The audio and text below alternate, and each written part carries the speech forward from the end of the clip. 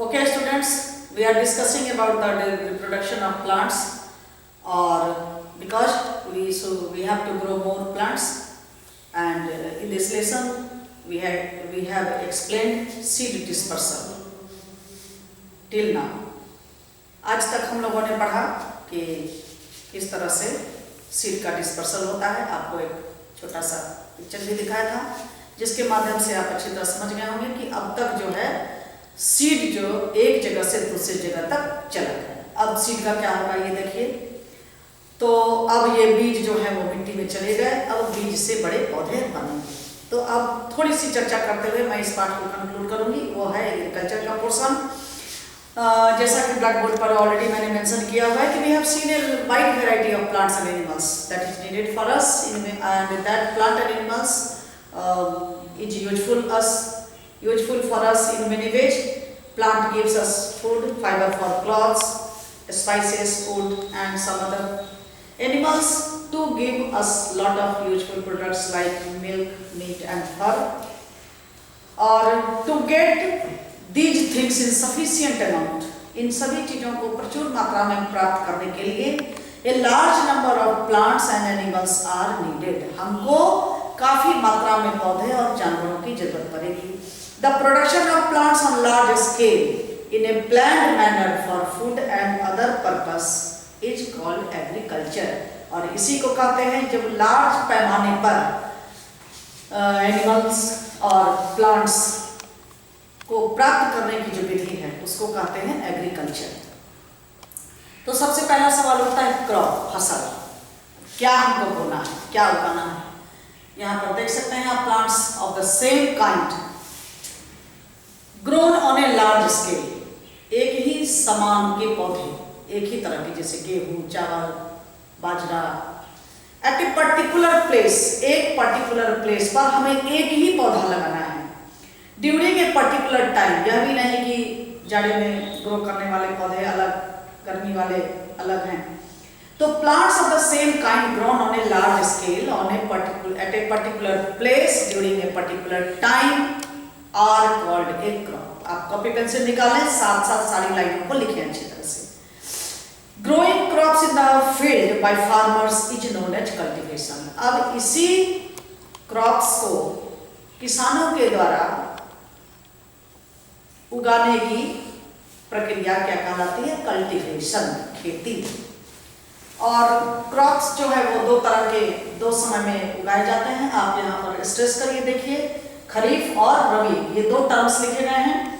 Summer में जो grow कराए जाते हैं, जो उपजाए जाते हैं फसल, वह है राइस, बाजरा, और ये कहलाता है खरीफ। विंटर जाड़े के सीजन में विट, बार्ली, ये है रबी।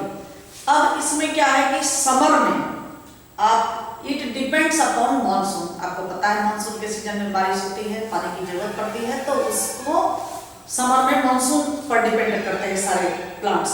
लेकिन जाड़े में इस तरह की बातें नहीं होती है, they do not depend upon monsoon. और प्रॉपर फसल अच्छी तरह से हो किसानों के द्वारा, उसके लिए हमें क्या चाहिए? एक मिनट अब ध्यान दीजिए। जैसे राइट अमाउंट ऑफ वाटर, हमको पर्याप्त मात्रा में पानी, सिंचाई और राइट टेम्परेचर, ये तीन बातें जो है वह हमको ज्यादा से ज्यादा फसल ग्रो कराने में मदद करेगी। अब ये प्रश्न उठता है कि मिट्टी का चुनाव कैसे हो, किस तरह के फसल किस तरह की मिट्टी में ग्रो करते हैं। इस पर मैं थोड़ा सा स्ट्रेस कर रही हूँ। व्हीट एंड मेज नीड एलुवियल सॉइल। कैसा सॉइल है? Which is rich in humus. अब यहाँ पर ह्यूमस क्या है? ह्यूमस क्या है कि सॉइल का upper layer that is full of nutrients, जिसमें पहला लेयर जिसमें कि प्लांट के ग्रोथ के लिए जितनी भी चीजें, नाइट्रोजन, फास्फोरस वगैरह है, यह काफी मात्रा में उस ह्यूमस लेयर में रहता है। It is spongy, dark brown in colour. Rice growth, तो एलुवियल सॉइल में क्या रहता है? ह्यूमस की मात्रा ज्यादा रहती है। मतलब that type of soil is full of nutrients that help in the growth of plant. अच्छा, राइस कैसे उगते हैं? तो rice grows well in loamy and clay soil which hold lot of water. अब इस तरह के मिट्टी क्या करते हैं? पानी को, ज्यादा मात्रा में पानी को पकड़ के रखते हैं। Grows well in similar soil. Bajra and jawar grows well in sandy soil. Tea plants grow well in hilly region. Coconut grows well in coastal region. Cotton and groundnut grow well in black soil. तो आपने देखा alluvial, sandy, hilly, coastal and black soil, 4-5 तरह के soil की मैंने चर्चा की और किस तरह के सॉइल में क्या हम क्रॉप लगाएंगे तो वो आपने देखा। अब स्टेप्स टू बी फॉलो, ठीक है। अब इसमें क्या क्या स्टेप्स हमारे लिए जरूरी है to grow a healthy crop, अच्छा फसल ग्रो।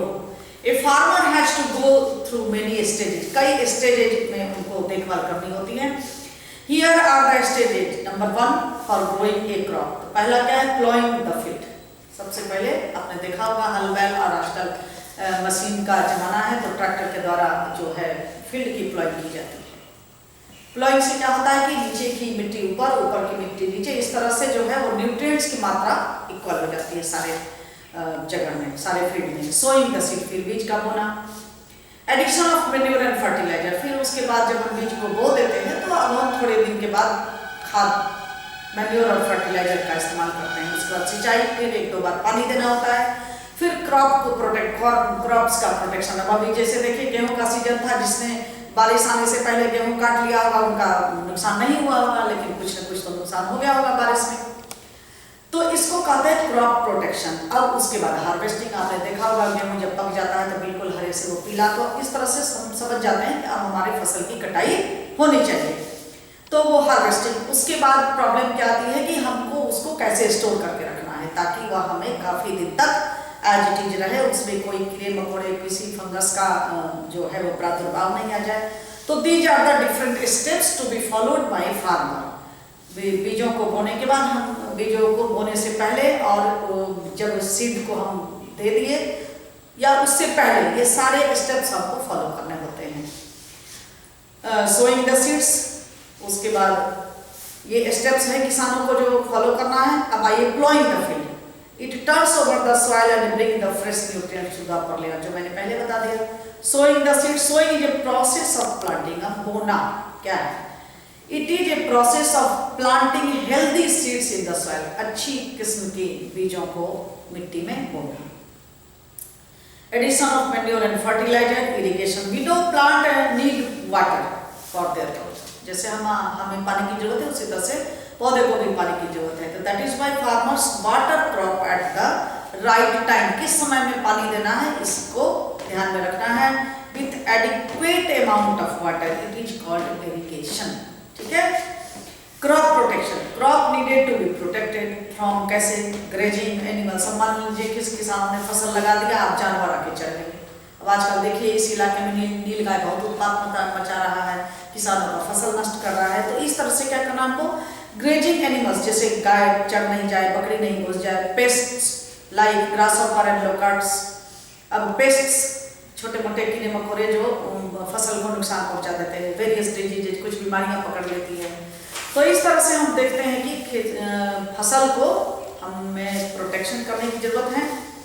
एंड फेंसिंग, घेरा बना देते हैं कि कोई जानवर बाहर से नहीं आए।